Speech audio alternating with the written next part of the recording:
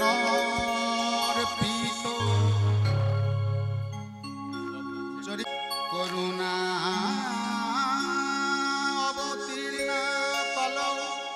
অবতীর্ণ কল সমর পৈতুম উন্নত উজ্জ্বল রসম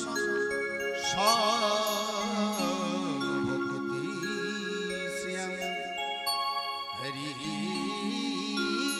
পুরাত সুন্দর দুতি সুন্দর পুতি কদম্ব সন্নিস্থিত স্ফুরতাব সচি নন্দন জনিতায় উপস্থিত গৌর অনুরাগী কৃষ্ণ প্রেম অনুরাগী সকল সাধুগুরু বৈষ্ণবের চরণধূলি আমি আমার মাথায় নিলাম। সবাইয়ের চরণে রইল কোটি কোটি শত কোটি দণ্ডবাদ প্রণাম। শুধু তাই নয়, কীর্তন এলাকায় অবস্থিত স্থাবর জঙ্গম কীট পতঙ্গ তৃণলতা আদি বৃক্ষ তাদের সবাইয়ের চরণে রইল কোটি কোটি শত কোটি দণ্ডবাদ প্রণাম। কারণ যেথায় হয় হরিনাম সংকীর্তন শ্রীমৎ ভাগবত কথায় বলেন বৃন্দাবন, যেটাই হয় হরিনাম সংকীর্তন শ্রীমৎ ভাগবত কথা, আমার কথা নয়, শ্রীমৎ ভাগবত কথা বলেন বৃন্দাবন। কারণ দেবশ্রী নারদ একদিন প্রভুকে জিজ্ঞাসা করলেন, প্রভু তুমি কোথায় থাকো? মঠে না, মন্দিরে না, যোগী হৃদয় না, নাহম তিষ্ঠামি বৈকুণ্ঠে ন যোগিনাং হৃদয় নাচ। তাহলে তুমি থাকো কোথায়? মত ভক্ত, মত ভক্ত যত্র গায়ন্তি তত্র তিষ্ঠামি নারদ। নিতাই গৌর সীতানাথ প্রেমানন্দে হরি হরি হরি বল।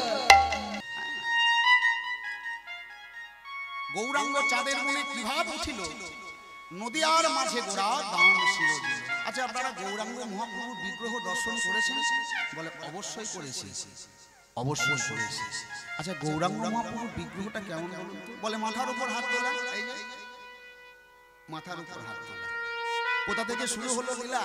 বলে আজকের লীলা শুরু হলো শিবাস অঙ্গন।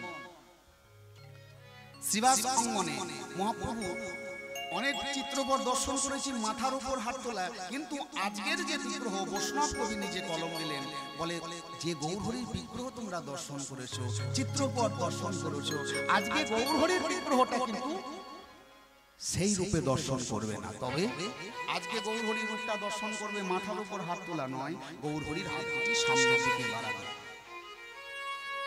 আপনারা নবদ্বীপে গেছেন? নবদ্বীপে গেছেন? গেছেন, বাহ। তা নবদ্বীপে যারা গেছেন তারা অতি অবশ্যই জানবেন,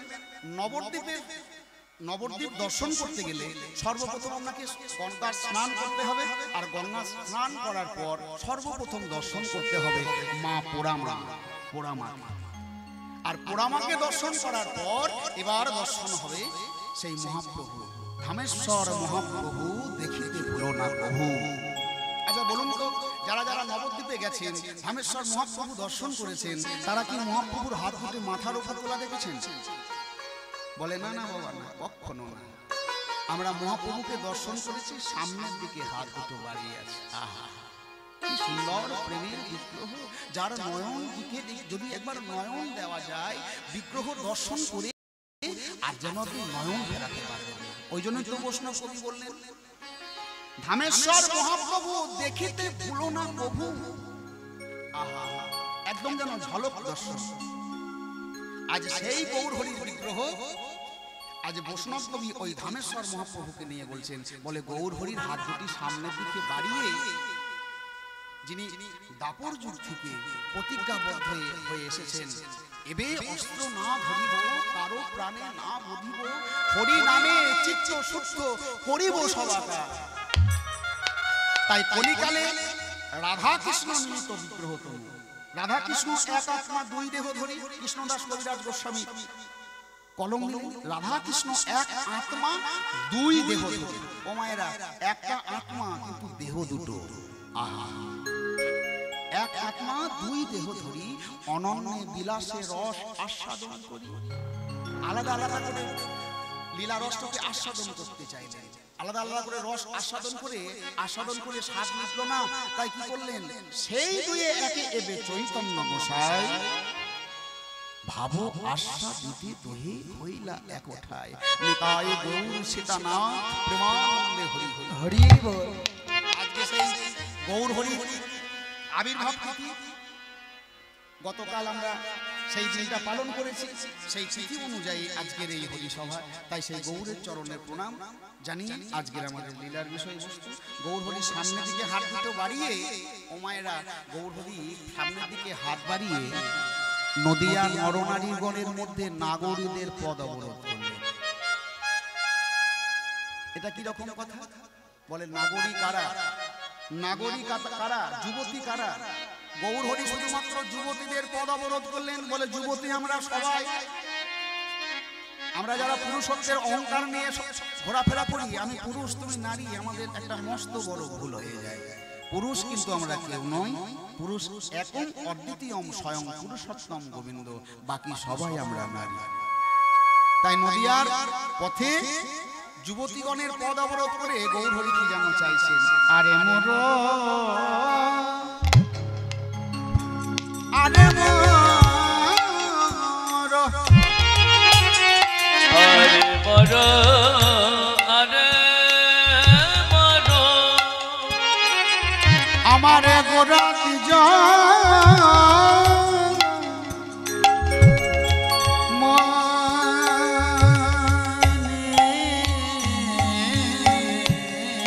আরে মোর আরে মোর আমার গোড়ালি যমনি আরে মোর আরে মোর আমারে আমার গোরাতি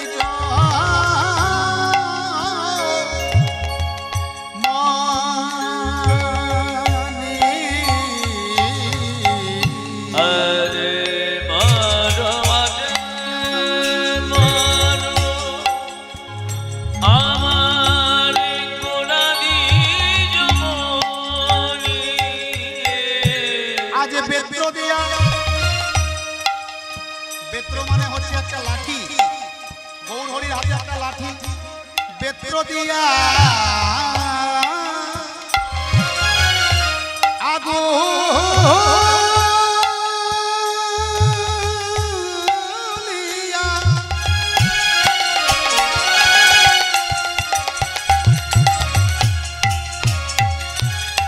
গোবরা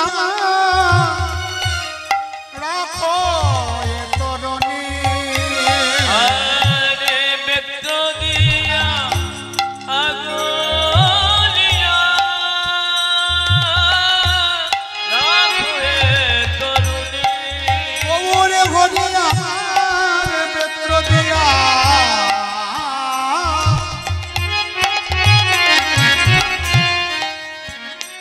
আগো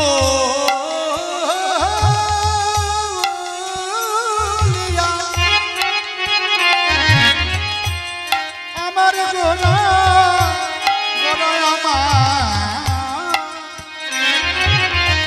গোরায় আমার রাখয়ে তরণী বেত্র দিয়া আগলিয়া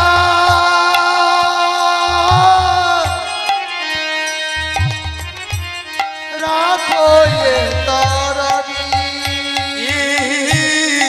রাখো হে তরুণী ভাবে বুঝিছে নারী গো, নারী গো ভাবে বুঝিছে নারী গো, বুঝিতে নারী গো না জানি কি ভাবে রে বুদয়, বুঝিতে নারী গো, না জানি কিভাবে হৃদয় বুঝিতে নারী গো না জানি কি ভাবে রে বুদয়, বুঝিতে নারী গো, আজ না জানি কি ভাবে হৃদয় ভাব বুঝিতে নারী গো না জানি কি ভাবি হৃদয় বুঝিতে নারী গো জ্যোতি যে উঠেছে জ্যোতি যে উঠিছে জ্যোতি যে উঠেছে জ্যোতি যে উঠিছে উজ্জ্বল নীলকান্ত মনির জ্যোতি যে উঠেছে ওই উজ্জ্বল নীলকান্তমণি জ্যোতি যে উঠেছে ওই উজ্জ্বল নীলকান্ত মণি জ্যোতি যে উঠিছে স্বর্ণবর্ণ ভেদে করে জ্যোতি যে উঠেছে ওই স্বর্ণবর্ণ ভেদ করে জ্যোতি যে উঠেছে ওই স্বর্ণবর্ণ ভেদ করি জ্যোতি যে উঠিছে যুগলের উপমাধুরী যুগল রূপ মাধুরী হ্যারো যুগল রূপ মাধুরী যুগলের উপমাধুরী হ্যারো যুগল রূপ মাধুরী রাধা কৃষ্ণ জরা যদি যুগলের উপমাধুরী রাধা কৃষ্ণ জরা জয়ী যুগল রাধা কৃষ্ণ জরা যদি যুগলের উপমাধুরী ওই রাধা কৃষ্ণ জরা জড়ি যুগল রূপ মাধুরী আছে সে অন্তরে জয়ন্তরে আছে সে অন্তরে বলি আছে যে তোর অন্তরে সোনার বরণ বাহিরে আছে সে ওই অন্তরে সোনার বরণ বাহিরে আছে সে যে অন্তরে ওই সোনার বড় কাহিনী আছে সে তোর অন্তরে সোনার বরণ বাহিরে আছে সে অন্তরে ওই সোনার বরণ বাহিরে আছে সে যে অন্তরে কোন সোনার ভাবে বড় বিভরা কোন ভাবে বিভরা আজ কোন ভাবে বিভোরা সে যে রায়ঙ্গ চিত্ত চোরা কোন ভাবে বিভরা রায় অঙ্গ চিত্ত চোরা কোন ভাবে ধরা রাই অঙ্গে চিত চোরা কোন ভাবে বিভোরা রায় অঙ্গে চিত্ত চোরা জানা জানি কি ভাব রাই অঙ্গে আর রাজা কি ভাবে রাই অঙ্গে ভাবে উদয় আর রাজা কি ভাবে উদয় রাই অঙ্গে রাজা কি ভাবে উদয় কোন ভাবে বিভোরা নদিয়া মাঝে গোরা দান শিল দানে ক্ষীর জেল রাধা কৃষ্ণ মিলিত বিগ্রহ তনু গৌর সুন্দর আজ নদিয়া নরনারীগণের পদ অবরোধ করে তাদের কাছে কি যেন চাইছে বলে ওগো কলি হতজীব তোমাদের জন্য যেখানে যা কিছু সাজালে সাজে সব আমি থরে থরে সাজিয়ে রেখেছি শুধু তার বিনিময়ে তোমরা আমায় কিছু দান করো আচ্ছা মনে করুন তো আমরা যারা যারা এখানে উপস্থিত এখনো আছি সেই রাধাকৃষ্ণ মিলিত বিগ্রহ তনু গৌর সুন্দর যদি আমাদের সম্মুখে এসে বলে ওগো কলি হতজীব তোমরা প্রত্যেক বছর আমাকে এইভাবে ডাকাডাকি করো তাই আমি তোমাদের ডাকে সন্তুষ্ট হয়ে তোমাদের আহ্বানে সাড়া দিয়ে তোমাদের সম্মুখে এসেছি হাত দুটো তোমাদের সামনে বাড়িয়ে বলছি আমায় কিছু দান করো তা গৌরহরি যদি আমাদের সামনে হাত বাড়িয়ে দেয় আপনারা কে কি দেবেন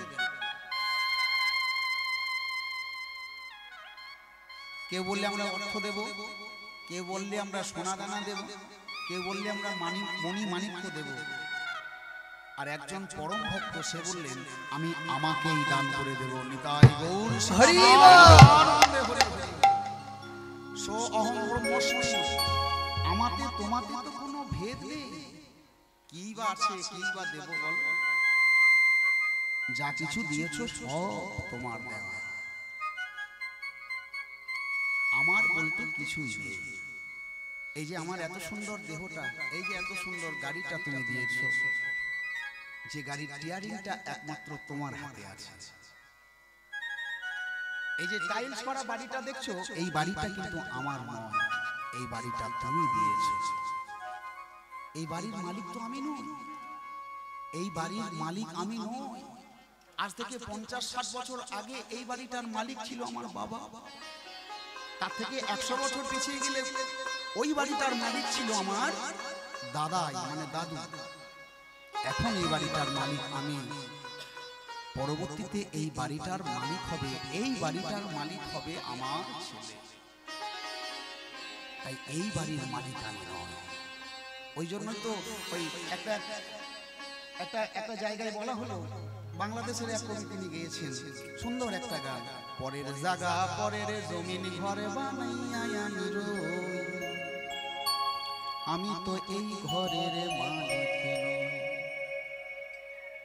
ঘরখানি যারে জমিদারি পাই না তারে হুকুমে জারি গো। যে জায়গাটার মধ্যে আমি বাড়ি করে রয়েছি এই জায়গাটা আমার নয়, পরের জায়গা পরের জমিন ঘর বানাইয়া আমি রই, আমি তো এই ঘরের মালিক নই।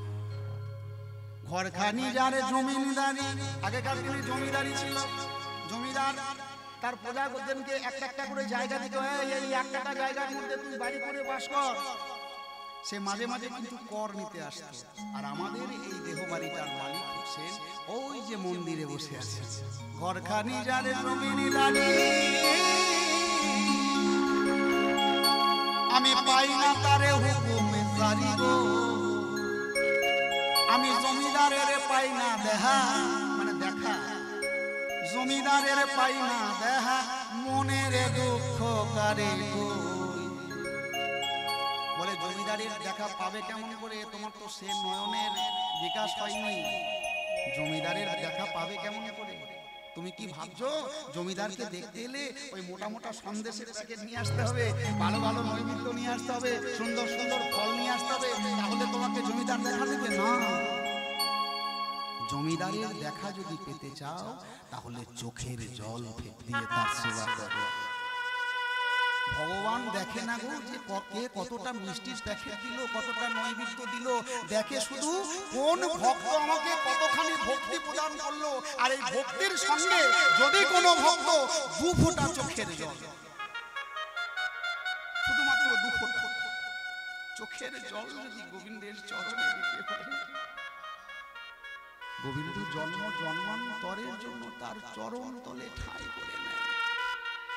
সেই জন্যই তো রসিক কবি বললেন, কেন চোখের জলে ভিজিয়ে দিলে মেধা, শুকন ধুলো যত, কে জানিত আসবে তুমি গো অনাহুতের মতো, কেন চোখের জলে ভিজিয়ে দিলে মেধা, পার হয়ে এসেছো মরু, নেই বসে ঠাই ছায়া তরু, পার হয়ে এসেছো মরু, নেই বসে ঠাই ছায়া তরু, পথের ক্লান্তি দিলেম তোমায় গো অনাহুতের মতো, কেন চোখের জলে ভিজিয়ে দিলেন না, শুকনো ধুলো যত, কে জানিত আসবে তুমি গো অনাহুতের মতো, কেন চোখের জলে ভিজিয়ে দিলেন না, শুকনো ধুলো যত, কে জানিত আসবে তুমি গো অনাহুতের মতো। শুধু তোমার 2 ফোঁটা চোখের জল আমার দরকার, তোমার ওই নৈবেদ্য আমার দরকার নেই। ও মায়েরা, মাঝে মাঝে 2-1টা এরকম গান না গাইলে এখন আবার কীর্তন চলবে না, খুব সত্যি কথা। শুধু যদি কীর্তন গাই না তাহলে কীর্তন শুনবে না। মনসাই ঘর আমাদের জানা, কিন্তু এগুলো দরকার আছে, মাঝে মাঝে ঝালক দরকার আছে, ঝালক, হ্যাঁ এগুলো দরকার আছে। তাই গৌর সুন্দর আজ রাধা কৃষ্ণ মিলিত বিগ্রহ তনু গৌর সুন্দর আজকে নদিয়া নরনারীগণের পদ অবরোধ করে তাদের কাছে চাইছেন আর বলছেন তোমাদের জন্য যেখানে যা কিছু সাজালে সাজে সব থরে থরে থরে থরে সাজিয়ে রেখেছি, তার বিনিময়ে তোমরা আমায় কিছু দান করো। দান দেব দান দেব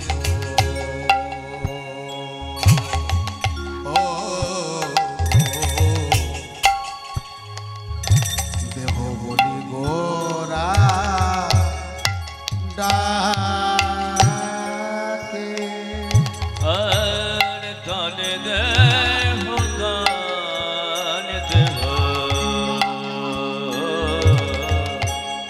ভগি ঘোড়া ডাকে দান দেহ দান দেহ দেহ দেহ বলি গোরা ডাকে। আরে দানে দেহ দানে দেহ বলি ঘোড়া ডাকে। মনে করুন আপনার কাছে পকেটে কিছু নেই, হঠাৎ করে যদি বলে আমায় কিছু দান করো, এই যে দাও, বিপদে পড়ে যাবেন না? বিপদে পড়লো কারা? নদিয়ার নাগরিক যারা, নদিয়া নাগরিক সব তারা পড়িলাবি পাগে। ওই নদিয়ার নাগরি সবাই পড়িলকে পাগে। ওই নদিয়া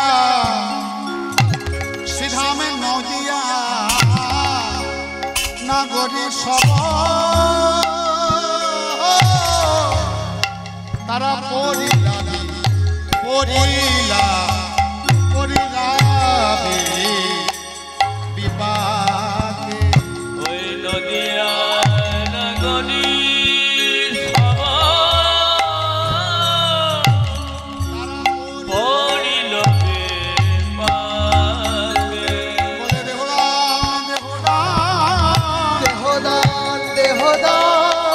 দেহদান দেহদান দেহদান দেহদান দেহদান দেহদান দান দেহ দেহদান দেহদান দেহদান ওই দান দেহ দেহদান দেহদান ওই দেহদান দান দেহদান দেহদান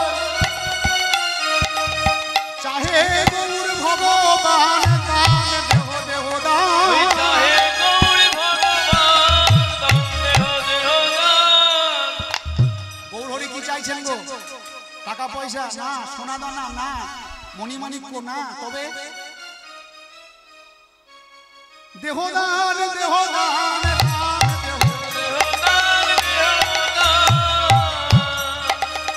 দেহদান দেহদান দান দেহ দেহদান চাহে গৌর ভগবান দান দেহ দেহদান যা কিছু আছে করো দান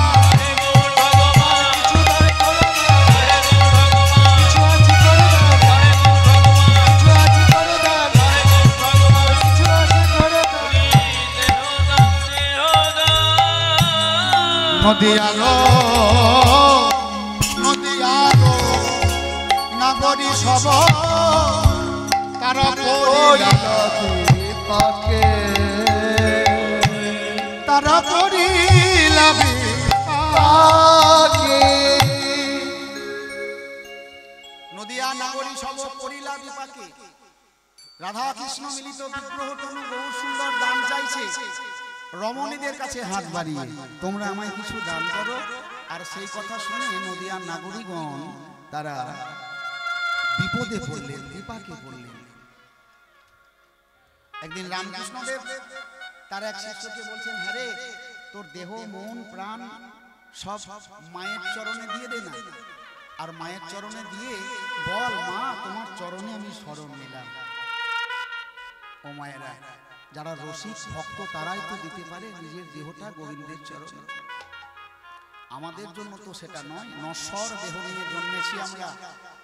কলিযুগের মানুষ আমরা, অন্নগত প্রাণ, স্বল্প পরমায়ু, তার মধ্যে আমাদের মধ্যে ক্ষুধা আছে, তৃষ্ণা আছে, চাওয়া আছে, পাওয়া আছে, হ্যাঁ এগুলো আছে। আর সব কিছুর মাঝে আছে মায়া। কলিকালের মানুষ আমরা, অন্নগত প্রাণ নয়। যতক্ষণ দেহটার মধ্যে মানে ক্ষুধা না থাকবে ততক্ষণ কীর্তন ভালো লাগবে। যদি ক্ষুধার্ত হন তাহলে কীর্তন ভালো লাগবে কি? কখনো না। তৃষ্ণা পেলে কীর্তন ভালো লাগবে কি? না। এটা তো আমাদের যিনি সৃষ্টি করেছেন, সৃষ্টিকর্তা ব্রহ্মা, অন্নগত প্রাণ, তার মধ্যে স্বল্প পরমায়ু, চঞ্চল চিত্ত, আর সবকিছুর মধ্যে আছে চাওয়া পাওয়া। এটা নেই, আনতে হবে, ওটা নেই, দাও দাও, নাও নাও, নেই তা থেকে পাবো। আর সব কিছুর মাঝে আছে মায়া। কীর্তন শুনতে শুনতে হঠাৎ যদি বৃষ্টি আসে, আপনার মনে হবে তাই তো চিলের দরজাটা লাগানো হয়েছে, তো বৃষ্টি এসে কাপড় ভিজে যাবে না তো। মায়াবদ্ধ জীব আমরা। কিন্তু গৌর সুন্দর বলছে, শোনো, তোমাদের অর্থ নেব না, তোমাদের টাকা পয়সা নেব না, তোমাদের সোনা দানা নেব না, তোমাদের কাছে শুধু তোমাদের দেহটা আমায় দান করে দাও। তোমাদের দেহটা আমায় দান করে দাও। আর তোমাদের দেহটা দান করতে গেলে ও মায়েরা, এই হরিনামের হাটে এলে, এই হরিনামের হাটে এলে, এই বাজারে এলে আমরা কিন্তু অনেক কিছু পাই, অনেক ফ্রি পাই, ফ্রি। এই তো চৈত্র মাস, এই বোলপুরের বাজারে সেল দেবে না, দোকানে দোকানে লেখা থাকবে একটা শাড়ি কিনলে তার সঙ্গে আর একটা শাড়ি ফ্রি। আর সেটা শুনে আমাদের বাড়ির মেয়েরা ছুটতে ছুটতে এসে তাদের কর্তা, তাদের যারা, তাদের কাছে এসে বলবে, পয়সা দাও, আমরা চৈত্র সেলের বাজার করতে যাব। মায়েরা তো বড় বোকা, ও মায়েরা আপনারা বড় বোকা গো। তার কারণ যারা সেল দিচ্ছে তারা দুটো কাপড়ের দাম একসঙ্গে নিয়ে নিচ্ছে রে বাবা, তবে তো দুটো কাপড় দিচ্ছে। কিন্তু হরিনামের বাজারে এলে ওখানে একটা কিনলে একটার সঙ্গে একটা ফ্রি পাবেন, কিন্তু হরিনামের বাজারে এলে না কিনলেও আপনারা অনায়াসে ফ্রি পেয়ে যাবেন। এটা ফ্রির বাজার বসালেন আজান লম্বিত ভুজধারী শ্রী গৌর হরি। বলে বললেই ফ্রি, হ্যাঁ বললেই ফ্রি, আর বললেই ফ্রি। এই ফ্রির বাজার যদি ফ্রি আপনারা নিতে চান তাহলে কষ্ট করে একবার বলতে হবে। বলবেই বা কে? সবার চোখে ঘুম, বলবেই বা কে? একবার যদি কষ্ট করে বলেন তাহলে আমি প্রমাণ করে দিতে পারবো ফ্রি কোনটা। প্রেম সে একবার বলা যাবে সবাই মিলে? একটু ঘুম টুম ছাড়বে, প্রেম সে বলুন একবার, নিতাই গৌর সীতানাথ প্রেমানন্দে হরি হরি বল। আচ্ছা, তাহলে আমরা একবার বললাম না, আমাদের জিহ্বা লিঙ্গের দ্বারা একবার মাত্র বললাম, নিতাই গৌর সীতানাথ প্রেমানন্দে হরি হরি বল। কিন্তু আমাদের কর্ণলিঙ্গে কতবার শুনতে পেলাম? যারা যারা হরিনাম কৃষ্ণ নাম বললো তাদের সমস্ত বলাটা আমাদের কর্ণে আমরা শুনতে পেলাম। তাহলে বললাম একবার আর ফিরি পেলাম শত শত লক্ষ লক্ষ কোটি কোটি বার। নিতাই গৌর সীতানাথ হরি বল, হরি বল, হরি বল, হরি বল। এটাই হলো আমার মহাপ্রভুর অভিপ্রায় ছিল আজ থেকে 539 বছর আগে। যার একটা অভিপ্রায় ছিল কি না, পৃথিবীতে আছে যত নগরাদি গ্রাম, সর্বত্রই প্রচারে হইবে আমার মহামন্ত্র হরে কৃষ্ণ হরি হরি।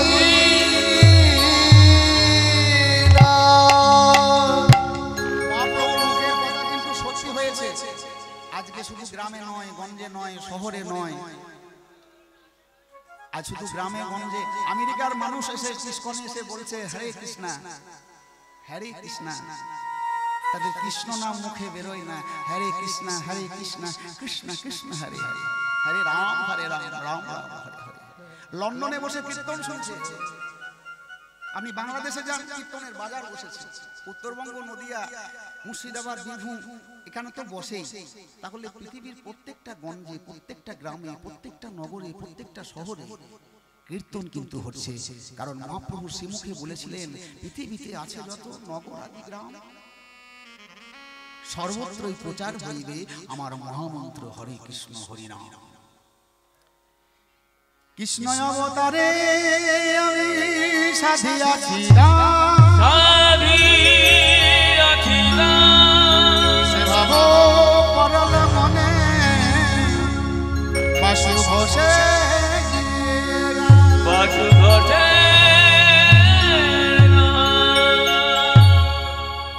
কৃষ্ণ অবতারে আমি সাধিয়াছি গান, সে ভাব পরল মনে বাসু ঘোষে গান। এবারে দেব আর দেব হে, দেব